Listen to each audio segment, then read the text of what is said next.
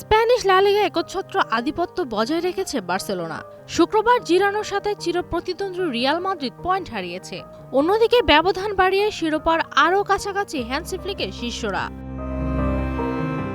Catalan ডার্বিতে Ferran Torres পেয়েছেন জোড়া গোল। পাশাপাশি লামিনে ইয়ামালের নৈপুণ্যে স্পানিয়লকে 4-1 গোলে উড়িয়ে দিয়েছে কাতালানরা। 9 পয়েন্টের ব্যবধান নিয়ে লা লিগার পয়েন্ট টেবিলের শীর্ষে বার্সেলোনা। সবচেয়ে কম বয়সী লা লিগার শততম ম্যাচ খেলার কীর্তি গড়েছেন লামিনে ইয়ামাল। পারফর্ম করে রাঙিয়েছেন দিনটি।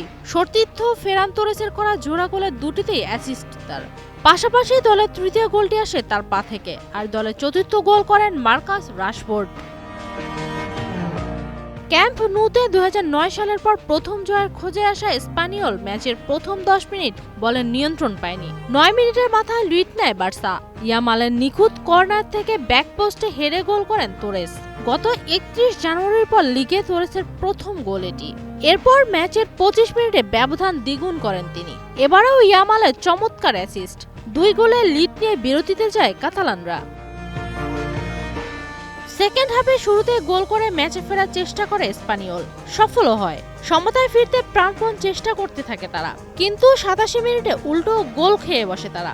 এবার গোলদাতা ইয়ামাল, তার ঠিক 2 মিনিট পরে স্কোর শিটে নাম তোলেন রাশফোর্ড। এতে 4-1 ব্যবধানের বড় জয় নিশ্চিত হয় বার্সার। লা লিগায় টানা 14টি ম্যাচে জয়হীন রইল স্পানিয়ল। অন্যদিকে লা লিগার ডার্বিতে টানা 30 ম্যাচ অপরাজিত থাকার রেকর্ড ধরে রাখল বার্সা। 31 ম্যাচ শেষে বার্সার পয়েন্ট এখন 79 আর রিয়ালের 70। লিগে আর বাকি কেবল 7 ম্যাচ। নিবেদিতা বিনতে ওয়াদুদ, ওয়ান স্পোর্টস ডেস্ক।